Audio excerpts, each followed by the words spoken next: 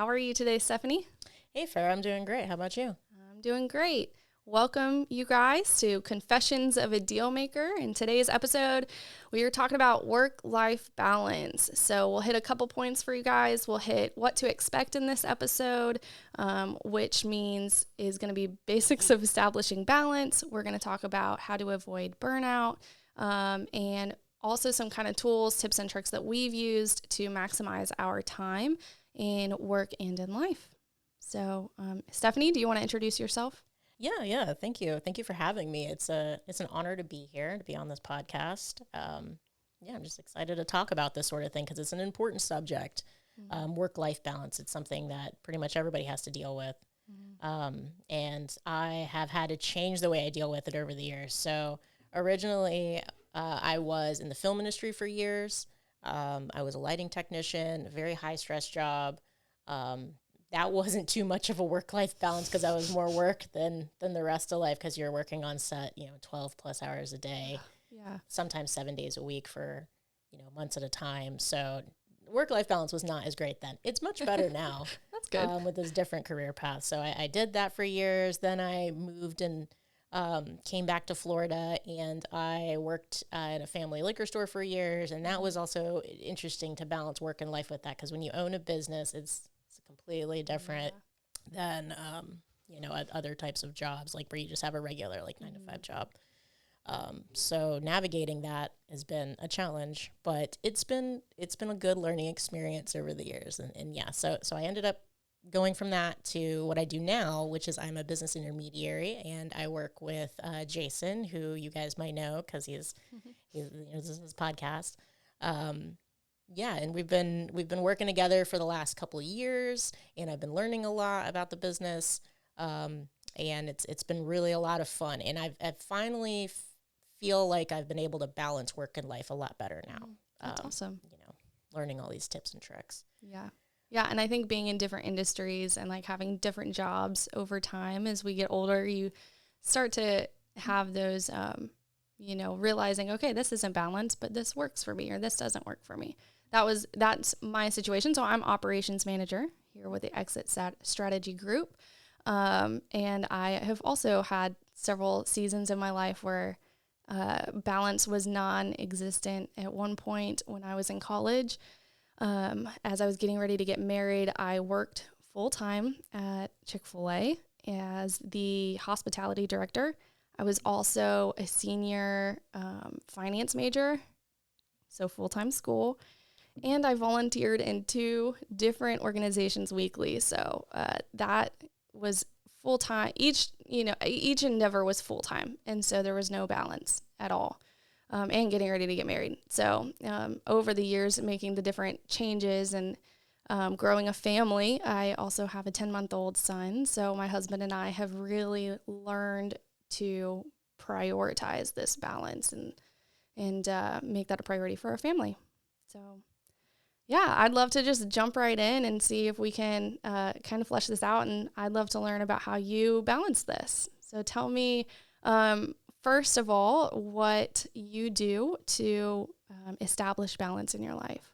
Yeah, and I'm curious to learn about you too because we have different kind of family dynamics. Like you said, you have a kid. I don't have any kids. I have so many animals, which is a completely different realm.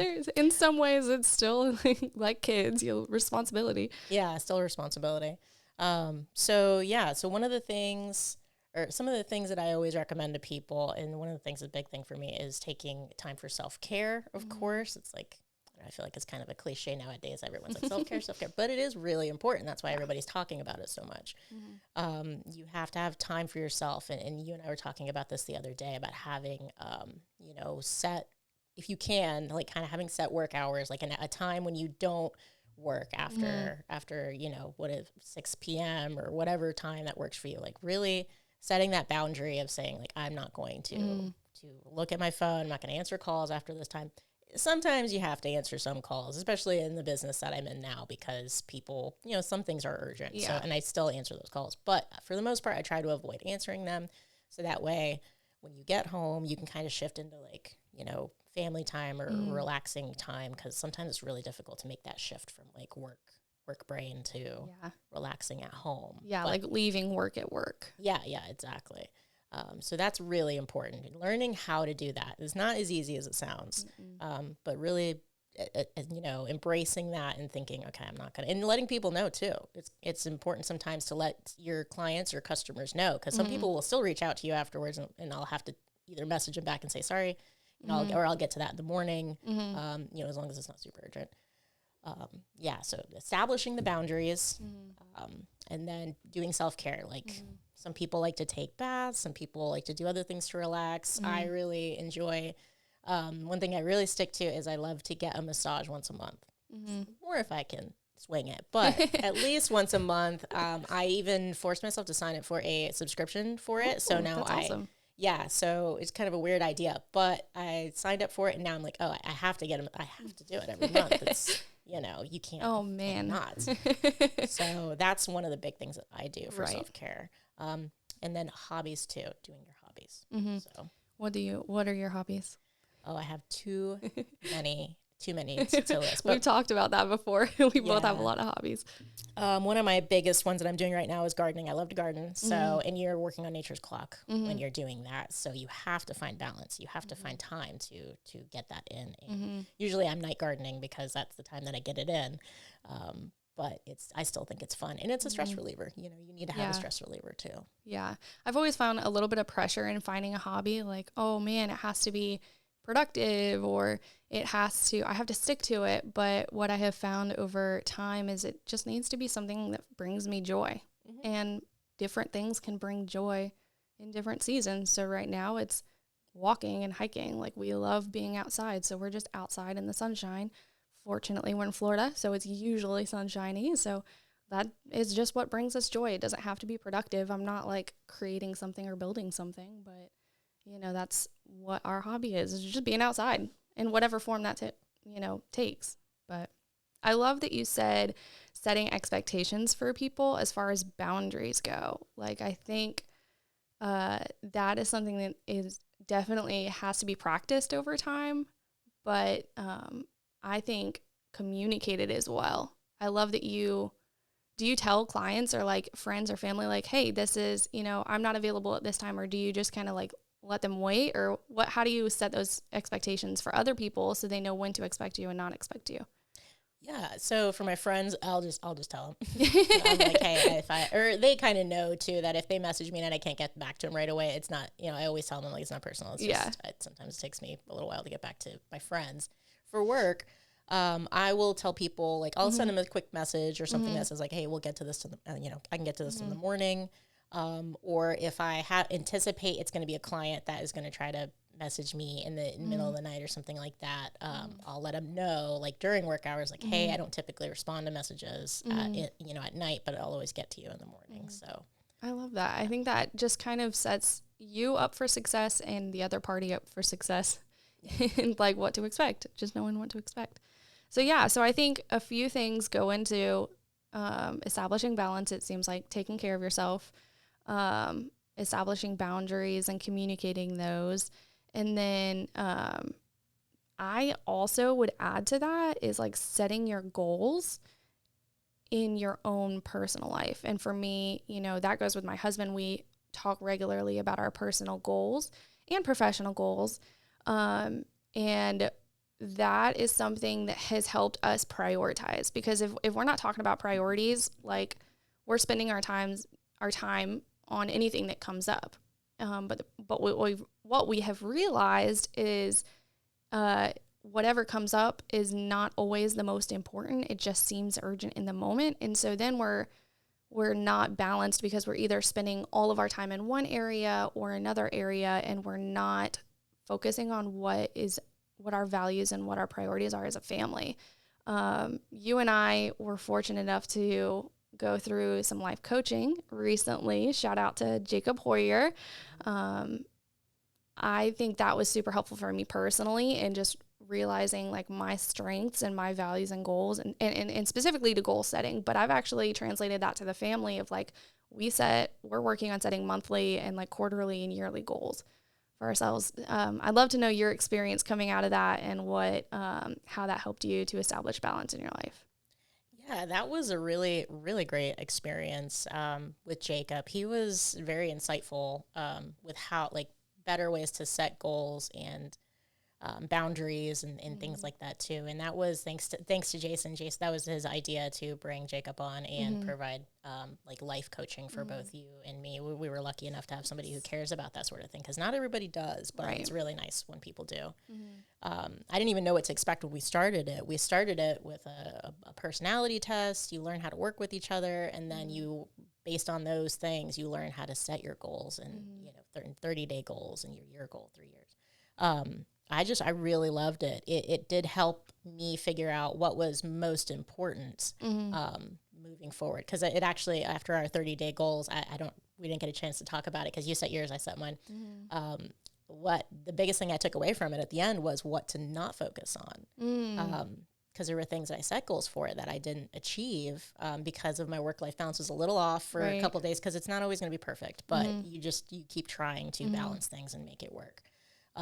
And that's what I learned, was what not to focus on. So how did you, so are you speaking to, like, you realized what wasn't a priority or what wasn't achievable? What do you mean by that? Both, really. It ended up me realizing it just wasn't much of a priority, even though I kind of, I wanted to do it. It just ended up, it wasn't as important, and then it wasn't as achievable.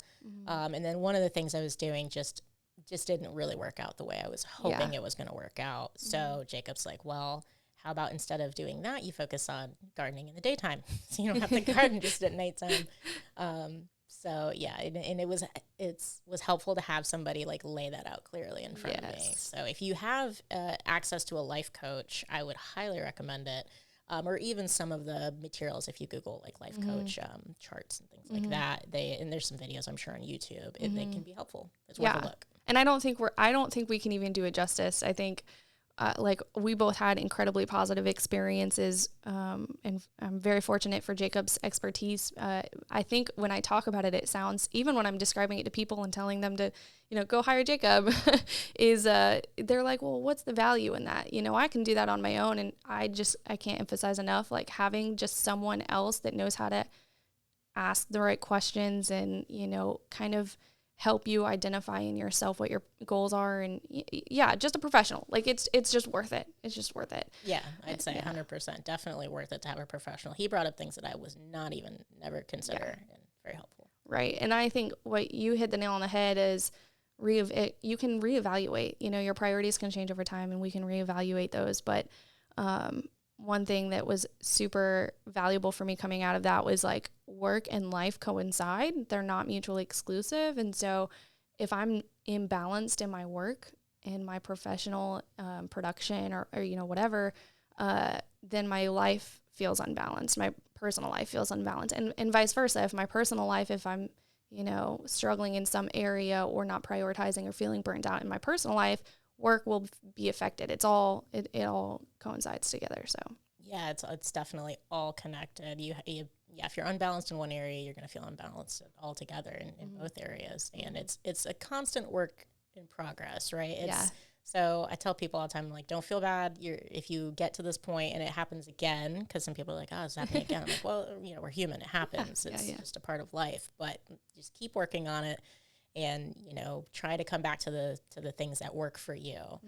Like you said, self-care, hobbies, things that you enjoy. And then also in your work, like time management at work is important. And we kind of work for, we make our own schedule, which is even more challenging sometimes when you make your own schedule to work, to stay on task and do all the things necessary to get done in the workday so you can go home and relax. Or try to. No, I think we are going to touch a little bit on that in a few minutes. We have some tools that you and I both find valuable that might be helpful for the audience, so they can stick around for that. But I think something this is a great transition, is we're talking a little bit about burnout. So what are some actionable tips? How do you avoid burnout in industry? I think yesterday we were talking about this, and you said that you haven't always been able to. And so I think you've been a business owner, so you know what it's like to, like, you have to work to keep the business going. So what are some methods and techniques that you use to avoid that burnout? Yeah, Yeah, that is a great question. So yeah, I've not always been the best at this, but I've definitely gotten better at it over the years. Being in my mid-30s now, going through your 20s and everything, it's a really huge learning curve with that sort of thing, and owning your own business on top of it. Like I said, I went from being in the film industry where my time was kind of managed differently because it was outside factors managing my time there, and then I went and I moved back to Florida, and I ran my family's liquor store for 5 years. So, and I owned that store, was my father's, and then he ended up turning it over to me. And that was a whole different thing. This is when I was not that great at avoiding burnout, because the way that it was run before, I was working 7 days a week, open and close, from 10 a.m. till 10 p.m. or 11 p.m. And we didn't have employees at the time. So I was trying to really figure that one out. That was very, very tough. But after a while, I finally started to get the hang of it, running the store, the operations. And then I had to hire somebody, which was a new challenge for me. But I was like, I have to take, it's like the old saying, like time or money, right? It's either going to cost you time or it's going to cost you money. So I figured I would rather spend the money to hire somebody and have more time for myself, because I had to have it. I was so burnt out after about a year of doing that 7 days a week. Yeah. Because I didn't really have many other options, it seemed. But after talking to people, I was like, you know what? There are options. I have the control over this, and I can change it. So I started hiring people so I could take some time off, and have a little bit more balance to my life. And I had to talk to people and get advice. And they said just that, like, hire people, figured out how to hire people. That's a whole nother thing. So the thing that I gleaned from that was take other people's advice. You don't have to do it all by yourself. You can hire help. Like you can do that. So that was one of the big things that I did. And then learning, that's when I started the massage thing. I was like driving by the massage parlor, and I was like, I got to go in there and try that out. And then it went from there. Then I was like, oh, I got to keep doing this because it's very, very helpful. Yeah. So take help, take advice, ask people for help. Who are you asking? Are you asking friends, family members, loved ones? Are you asking other business professionals? Are you hiring someone? Who are you asking? Yeah, I started with my mother, actually, because she ran her own business. I grew up in a family of entrepreneurs too. I skipped that part. But so they had restaurants growing up, so she had a lot of experience with it, but she was out of the business for a while. So I started with her. She had some good advice. Then I started with other friends that were professionals in the area, that own businesses and have experienced similar things. When you own a business, you're married to it. So I asked them what they did and how they went about hiring people, and they gave me really good advice. So, and that's what I ran with. Okay, that makes sense. You touched a little bit. It sounds to me like you kind of had this transition when you spoke to these people of like, I'm working too much in the business and I need to back out and get help and work on the business. So hiring someone was clearly the first step. And then you said practicing some self-care. Are there any other very practical things that someone in the business that's working right now, owning a business, feeling burnt out, what else would you tell them? Is there anything else on the table that you'd say, yeah, this is like a key part of finding balance? Yeah, that's honestly hiring people, which is it seems like a very tough thing these days. A lot of people are having trouble finding employees, so they tend to just work in the business themselves. And tying this back into what I do now as a business intermediary, I help people, buy and sell their businesses. And a lot of people are wanting to sell their business now because they're burnt out, or there are a lot of them are at retirement age anyway. Yeah. They're ready to retire, but they're also burnt out from working so hard for so many years. So usually, some of my advice is if you can hire people, bring people on,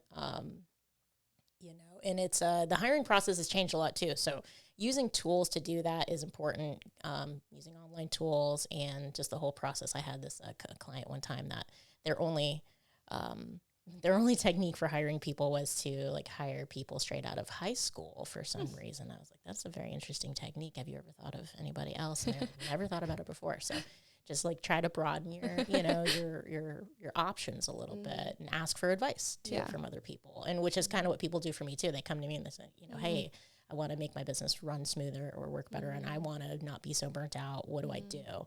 And that's one of the first steps. That and utilizing the other tools that we'll get to in a little bit too, because that can be really helpful. Some people are still really old school, but if you can utilize some of these new tools, that's very helpful. Yeah, absolutely. And then you said self-care. So, for you, that looks like a massage. There are other things that I think go into that is like the basics of like eat well, sleep well, take care of yourself. Because if you don't feel your best, if you're not, even exercising, I feel, this sounds so cliche to say, but like if you're not, if you're eating fast food every day because you're running short on time and you're only sleeping 3 hours a night because you're working on your business so much, or you're not exercising and keeping yourself in physical health. I think that's something I've learned a lot over the last few years in my personal life is like physical and mental health go hand in hand. They're directly related. So if I feel like crap, I'm going to operate like crap. And then it's just this cycle, but you have to break that cycle. Yeah, it's a worthy thing like to do. Like you said, exercise, eating well. It's so easy to get tied up into just eating crap all the time because you're so busy. I mean, I get trapped in that all the time too.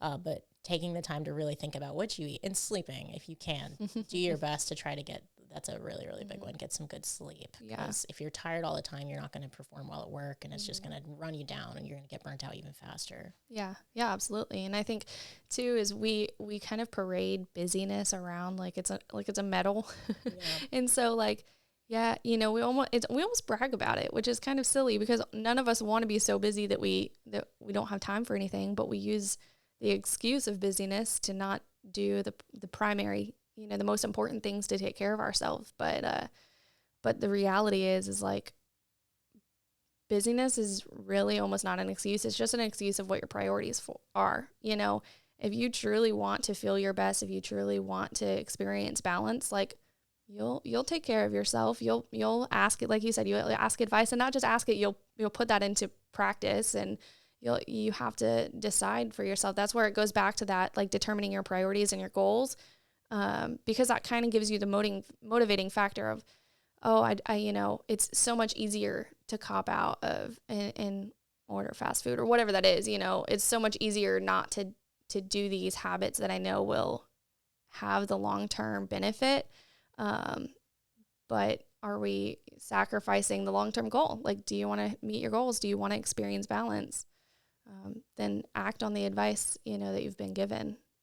Yeah. And there's also like little tips and tricks you can look up too that can be helpful that don't even take that much time. Like one of the things I've been doing lately is trying to get outside and get some sun on just get some sun first thing in the morning, because there's been studies that show that getting sun like in your eyes and on your skin is it helps with so many things that people don't even realize that it helps with. It helps with your mood. It helps with your sleep, right? That has to do, I've heard what's it called? Your circadian rhythm or something. Yeah. There was a podcast that Jocko did with, gosh, I wish I could remember his name. It'll probably come to me later. But he talked all about this, about getting the sunlight in your eyes specifically first thing in the morning really helps boost endorphins, just your overall mood and your feeling. And I think that's really important. I mean, most people can at the very least like go to a window or just step outside for a few minutes.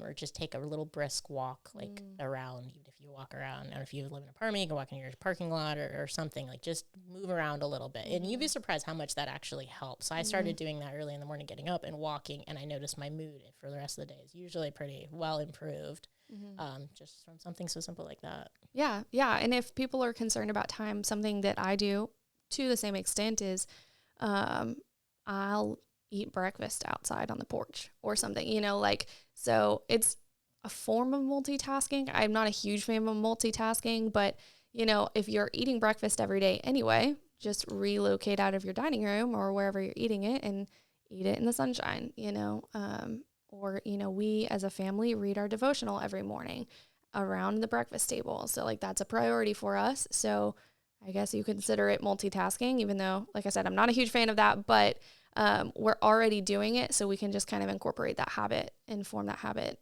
around something we're already doing. So it was easy to do. So same thing with, the sunshine. How can you do that while you're already doing something else?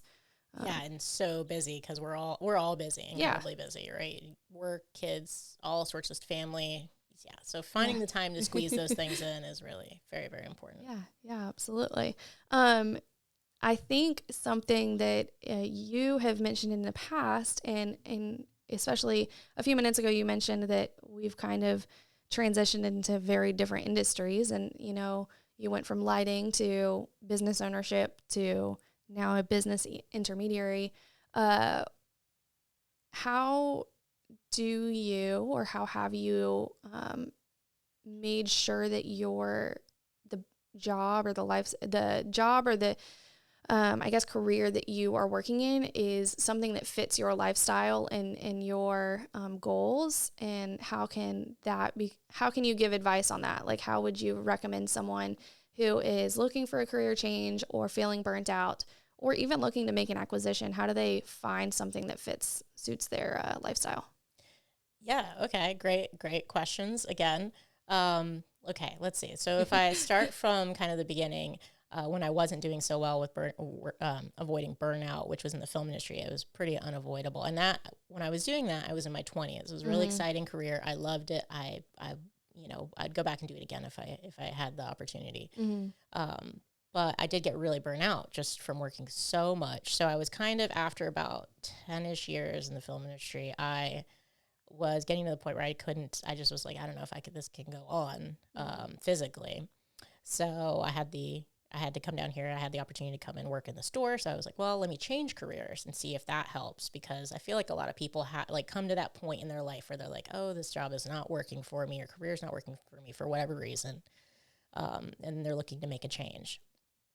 And when you come to that point, it's really tough to find the next step, I think, the next career for people. And it's something to keep in mind is when you're thinking about new careers and jobs is what's going to work for you. What kind of lifestyle do you want to have? I was transitioning. I was coming out of my 20s into my 30s, and it's a life transition at that age, for me at least. And I was trying to think of careers that would work really well for me. Well, after I had the store, then I sold the store. Jason actually helped me with that. And after I sold the store, after running it for 5 years, and again, getting a little burnt out on that, I was thinking, what can I do next that's going to really fit into the type of life that I want, that, maybe I won't get burnt out at, or I can at least learn how to manage better. So when talking to Jason, he's telling me about what he does and the things that he enjoys about, his work and, things of that nature. So I was like, well, let me give that a shot and see if I can give that career a try. Plus, there's a lot of things I love about what I do now, because we help people who are burnt out, ready to get out or ready to retire. And I love that aspect of it, because I was at that point in myself. I was burnt out on the business. It just really wasn't the business for me. I mean, it was fun being in a liquor store and running it. It was a whole lot of crazy antics. I got so many stories I can tell you at another time. So many crazy ones. But I did get burnt out. So where was I going with that? So transitioning from that to this career, I really looked at the time. I liked the flexibility with the time. I liked being able to work for myself, essentially. I mean, I'm working with a brokerage, but, I can make my own schedule, which was really important to me, to be able to make my own schedule and, have more control over what I do and what I do it. So when people are looking at a transition to a new career, or even buying a business, I talk to buyers about this all the time, because they're looking at buying a business. And sometimes people are, they want to throw the net really wide. They're like, any type of industry, I just want, maybe they have a few things that they're really interested in. But some of the times I try to remind them that, even though this might be a business that looks like, it does make a lot of money, does really well, is this the type of lifestyle you want to live? If you are transitioning careers, maybe you're in your 30s, 40s, 50s, whatever age you are, is this something that you want to do? And sometimes people will be like, oh, you know what? It does make a lot of money, but it's going to require a lot of time out of me. It's going to require a lot of travel. I don't want to travel. I don't want to do this. So, okay, maybe this isn't the type of business I want to look into. So, it's nice to be able to at least you give them a different perspective and hope that they think about that a little bit more deeply, right? Yeah. Where is it located? How much time is it going to? Because when you do own a business, it takes up a lot of your time. It's a lot of work. Unless you set it up in a specific way and using certain tools, then you can make it less work. But it's a huge thing to consider when you're changing careers and, Yeah. you know, possibly buying or selling a business. Yeah, absolutely. To hop onto that, like I have also been in several different industries. I've been in the restaurant industry. I was in the medical field for a tiny little bit. I have been in the hair industry, in the network marketing industry. So I've been all over the place in ministry. And so I was feeling that desire for something a little different. Before this, I was working in Young Life. So I was working in creating a foster care ministry from the ground up. Super fun, like so much fun. But I mean, I had a team and everything, but it was very much like, I mean, I was kind of in charge of my own production. I was in charge of like creating something brand new. And while I had mentors and, you know, I had all kinds of support, I had just found out I was pregnant, and it was like, this was going to be way too much to be able to have a family. And I needed it to be a little bit more flexible, honestly, a little bit more flexible and a little less responsibility. And so that was what I considered was what you said, the time. And that was something huge for me, and like the responsibility. So as far as a career, I basically, like I told my current my supervisor at the time, I told him like, hey, you know, I just really feel like, you know, I have to make a transition out. I have to find something else. But the reality was, like, I thought I was looking for a needle in a haystack. I was like, hey, I need something where I can mostly work from home. I need something that's really flexible. And the reality is I really needed something that it had to do a lot with who I worked with. And that was a huge factor of like, I don't want to work for someone who is, you know, isn't understanding or empathetic and not going to understand like, hey, I'm 6 months pregnant. Like if you hire me, I didn't think I was going to get hired anywhere, to be honest. Well, in that conversation, he was like, hey, well, you know, we both knew Jason, and he was like, hey, Jason, I think is actually looking for an assistant, like exactly what you're looking for. And so, you know, he connected us, and literally like the next week I was hired. And so now I've, you know, shifted in, because our family goals have shifted. I've shifted into operations manager and grown my responsibilities, but it was super valuable to me to work with someone who I knew had similar values as me, who was really understanding of my situation, that was a little more flexible as far as time or where I worked from. You know, now we're almost every day in the office and work full time, but that's where we're at as a family. And so definitely considering who you work with or for. The industry, I never even knew business brokerage existed before that, but I absolutely, like you said, I love it because we get to help business owners. To me, like, move on. We have a lot of people who want to travel, and I'm like, cool, let's get you traveling. Let's get you in the mountains. Let's get you on the beach. Like, that means we have to find the right fit and sell your company. And so it's quite rewarding. So considering industry, considering who you work with, time, flexibility, that kind of thing was really big for me. Yeah, that's really wise of you to take that into consideration, and pretty brave at being pregnant while you're doing it, I'd say. And yeah, we're lucky to have you now. Absolutely. Yeah, I love doing it. Very, very lucky. Yeah. So what about, I recognize that we are both probably quite fortunate to be able to career hop a little bit and you know, consider these things. I think there are probably some people that are like, I can't quit my job, you know, I own a business right now and I can't leave it, or I need to maximize it. I love it, but I want to stay with this. So let's talk about those tools. Like, how do we maximize our time? I think the first thing is to set boundaries, like we said, and then plan your week accordingly. So for me, something that my former supervisor taught me, and it sounds kind of silly, and I think maybe a more organically relational person would think this is like a no-no, but I actually schedule like family time or fun stuff as a meeting. So he taught me like, hey, if you have a date night with your spouse, that is a meeting. You cannot, you know, because if I had a meeting at work, I wouldn't cancel it. I wouldn't reschedule it. Typically, it's like a priority, right? Because I'm meeting with a client. Well, same idea. It kind of helps you shift that mindset of like, this is a priority, and my personal life is a priority. And so I put that on the calendar. And so my husband and I every week, we plan out our week and we share a calendar in you can use iCloud, you can use Google Calendars or whatever, but I plan that out. Do you plan, like, how do you maximize your time in that way to make sure you're getting the right amount of personal and professional time? Yeah, I do the same exact thing. It's me and my partner. We have a shared calendar too. We use Google Calendar, and we plan everything's on the calendar. If it's not on the calendar, then I'm like, I don't expect to be doing anything, and I'm like, okay, I can have time to not do anything. But it's a really, really useful tool. I mean, it's free to use Google Calendar or any most people's phones and computers have some sort of calendar app. I tell people all the time, I'm like, use the calendar app. And plus, I need it to remind myself. We're all so busy. Yeah. I need it to remind myself to do all sorts of stuff. So it's such a great and useful tool, and for work too, obviously, because we schedule out meetings, block out time for work. You're going to be in the office now or not, or whatever you're doing. It's an incredibly useful tool, and if people don't know about it, I highly recommend it. Yeah. Do you so when you have that free time, you said, like, if there's nothing in the calendar, I get free time. I schedule my free time, like, if I book it out, but if you have that empty space in your calendar, how do you make sure to, like, turn off your work brain and actually enjoy that free time?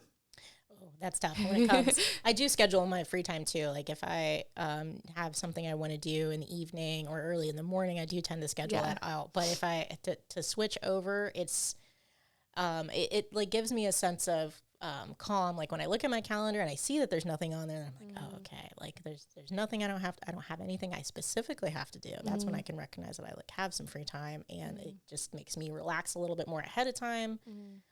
So I can switch easily from going into work mode to relaxing mode. It's just seeing that ahead of time, knowing it's coming up, that there's nothing there or it's empty. I think one thing that helps me to kind of shift, like, turn off that work brain and enjoy my home life is like, we use a lot of task softwares as a team. And so, like, we use Asana. I think there's another one called Monday or something like that. But using a task software or a project management software has been huge for me, because it's like, if I remember something, I write it down in there, and then I know, hey, it's in there with a deadline or, a specific assignee or whatever with a description, but then I don't have to remember it. Because if I'm constantly thinking of, oh, I have to do this and, oh, I have to do that, then it's still in my brain and I'm constantly thinking about it or trying to remember it or whatever. If I know it's assigned or it's in my Asana to-do list, it's like, yeah, I'll get to it when I get back to work tomorrow. And I can, like, turn that off. Yeah, that's another really, really great tool. Like a time management tool. That's a project manager, I think is what they call it. So we like you said, we use Asana, and Asana is free for, if you're, one person or a small company, you can use the free version, which is very effective, or you can pay there's a charge for it, but it's not that bad. But it's a really, really useful tool to schedule out all your projects, everything that you need to do. And if you do something like the same type of system over and over again, we have our project templates in there. You just click it in there, and then when you're starting a new one, it has all your presets in there. Very, very useful. I highly recommend it to people. I don't think a lot of people utilize things like that because they just, are running around trying to get projects done every day. But like you said, if you can get it out, get it onto the project manager, then you'll know exactly what you need to do, which for me creates a little bit more level of, like, control and like control over your day and knowing what you're going to do, what to expect, which helps me, know when I can switch over from work to home life too. Cause I'm like, okay, everything's done for the day, or it's not, or I'll get to it tomorrow. But yeah, super, super great tool, can be free. Like, I think Monday is another one. There's a couple other ones too. If you just look at project management software, there's a ton out there. Yeah. I like that you mentioned, like, you have a little more control. A lot of times in owning a business or being probably in almost any position, you only have so much control. But if you have control over your task list, I feel like that kind of helps you have a little bit more peace of mind. It does for me, at least. And I know I even do this in my home life. I don't use Asana in my home life. I thought about it, but I'm not going to be that structured. But we do have, like, we have a shared note of things that need to get done. And I have to-do lists everywhere. Everybody in the office makes fun of me because I have, like, 16 notepads all with to-do lists. But it's usually just me getting out ideas so that I don't have to, like, think about them or get mad that I forgot an idea. I just open a notes tab or write down a sticky note of whatever needs to get done. And then when I get it done, I throw it away. So yeah, same thing for me. Like if I have a bunch of ideas, then it's so much easier if I can just get them out of my head and onto a piece of paper, onto Notepad or into a Asana or something, because then it's not just rattling around in my brain all day long. Yeah. It's there because, and I'm not going to forget it because it's written down. Yeah, you're like increasing your capacity to focus on whatever you got to get done. Yeah, and then some of the project management tools, like Asana does this, that also links to your calendar. So they talk to each other and you can schedule things, back and forth from there too, which is super, super helpful for anybody owning a business. And I actually have used it in my personal life too for some projects that I was doing that were complicated. It was helpful then also. Yeah, absolutely. And I think like all of this comes down to is if you're maximizing your time in your business and you're being as efficient and productive as possible, then you have almost the capacity or the freedom or the permission, if you will, to enjoy your personal life and not have to constantly worry about what's going on in the business because you know where everything's at. Yeah. And then if there's things that aren't like maybe they seem like a priority at the time, but you just never get to them, or maybe they're more in the way, then it'll be easier for you to identify those things. I think if you have them written down and you can measure like, okay, we didn't get to this, or it didn't really matter that I got to this. It didn't, what wasn't actually helpful. It can help you when you have these things written down to see that clearly and know what to prioritize. And something we didn't write down on our outline for this but comes to mind now, it goes back to your idea of hiring people. If you are struggling because you have your task list is 150 tasks long and you have employees already, is there anything you can or should delegate to free up your time a little bit more? Not simply for the sake of freeing your time, but for the sake of, working on the business, not in it, and stepping out and having a little bit more mental capacity to do the important and not the urgent things. Yeah, absolutely. When I was hiring people, my project manager was a big giant poster on the wall that outlined the things that needed to be done that day. It was a little bit more simple at just a retail store. But I had everything outlined. So when I hired people, I could just point at the board and be like, okay, these are the things that need to be done throughout the day. And it made me feel more comfortable to know that, there's a clear set of directions for them to do. So I could leave the store and they would know, what needs to happen. Yeah. And you knew if it was getting done or not. Yeah. Yeah. Mm-hmm. Yeah. And I think another thing that I have been trying to lean into, I'm not the best at this, but I know it works for some people, is like time blocking. So if you have to focus on something using some sort of technique like I wrote it down, it's called the Pomodoro technique. I've heard of this where you like work for 25 minutes and then have a 5-minute break. So it's like you're almost kind of rewarding yourself. Or there's the matrix of urgent versus important. If you can list out all of your tasks in some sort of like important versus urgent quadrant, whatever table, then you can identify what you really need to do. And then for me, I do like time blocking. So in our Gmail calendar that we all share as an office, if I'm focusing on something that day, like I put in focus time and then nobody can schedule a meeting during that time. Like I need to focus on building this SOP or, calling these clients back or whatever that is. And just kind of like putting everything as a meeting on the calendar. That way we can't make the excuse that we didn't have time. Like you booked time specifically for this. It doesn't always work, but I think we're all kind of trying to shift towards that to make sure we get our tasks done. So that's another idea.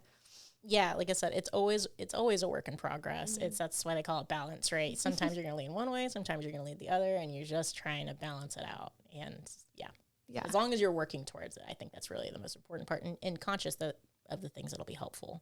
Mm-hmm. Yeah, absolutely. Any like final thoughts on something that you just find really important that someone needs to know when it comes to finding work-life balance? I mean, all the things that we covered, I think, are very, very important. Like I said, use the tools, take advice. If you're struggling, don't be afraid to ask for advice. Just utilize those things and really make it a priority. Some people, I think, they're so caught up in the day-to-day things that they forget that they just don't feel like they can make it a priority. But ultimately, you really, if it'll be helpful to you in the long run if you do. I mean, that's really, we covered a lot of really good things today. I feel like I hope people can get something out of it. I hope that they maybe heard something that was new that they hadn't thought of, or maybe a reminder of something that they hadn't thought of in a while. And they're like, yeah, you know what, maybe I should get back to that. I think it's it'll be worth it. Yeah.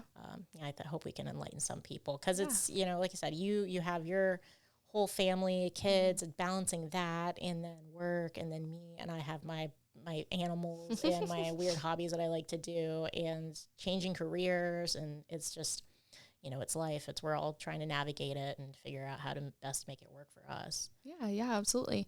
Are there this is kind of putting you on the spot. I know you didn't have time to prepare for this, but do you have any like blogs, books, anything like that immediately come to mind that have helped you?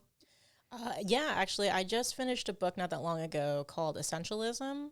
I have the actual physical book, and then I have the audio book because I don't have time to sit down and read a physical book because I'm so busy. So I'm multitasking. In the morning when I'm doing my walks is when I like to listen to an audio book.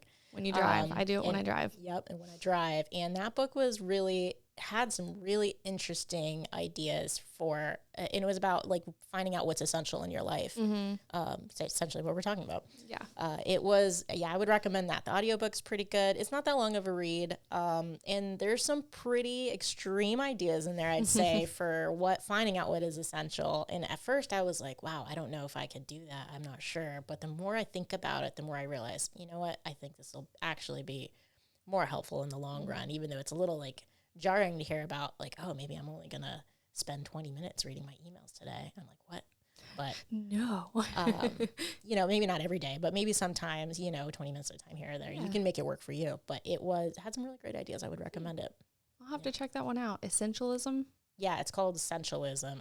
I wish I could remember the name of it. I'm so bad at remembering names. We'll put it in the notes. Yeah, in the description. Look up the book. What about you? Did you have anything? Things came up as we were talking. The first thing that comes to mind is I listened to My First Million, the podcast, and the way I got introduced to it was actually a podcast with a guest of Rob Dyrdek, and he literally plans every second of his day. And I was like mind blown because it has caused him to experience like such freedom and balance. And he goes into it on that, but he basically goes into like scheduling every single thing down in the minute, including like making his wife coffee. And I was like, oh, I love this. Like, I'm a very systematic person and like routine person. I was like, I love this. And he just talks about how now he can work like 35 hours a week and do what he loves to do and still be productive at work. And we need to, link that in the description. I was very mind blown by that one. The other thing is clarity coaching with Jacob has been huge. I think everybody should do that. Trying to get my husband to do it now. And then the third one is I'll admit I actually haven't read the book. I've done the little devotional, but there's a book that I know so many people swear by. It's the Ruthless Elimination of Hurry. And it's kind of the idea of like prioritizing, I guess. And I enjoyed the little snippet that I got of it, and I hear about it a lot. So I thought, I need to read that. That's on my docket. I have it. I just haven't read it yet. So I'll have to check those out. Yeah. But anyway, well, I agree. I hope people got something valuable out of this, just sharing our experiences on how we maximize our time and finding balance in work and in life. And I think, like you said, it's always a work in progress. So just not getting frustrated, not getting defeated when you find yourself getting burnt out again. Like, okay, let's reevaluate. Let's take action steps. So all of that to say, thank you, Stephanie, for having a convo with me today. This was fun. Absolutely. It was wonderful. I appreciate you having me. And like I said, I hope people get something out of it. Yeah, absolutely. If you're listening, like and subscribe, wherever you're listening, and we'll see you next time. Yep. See you then.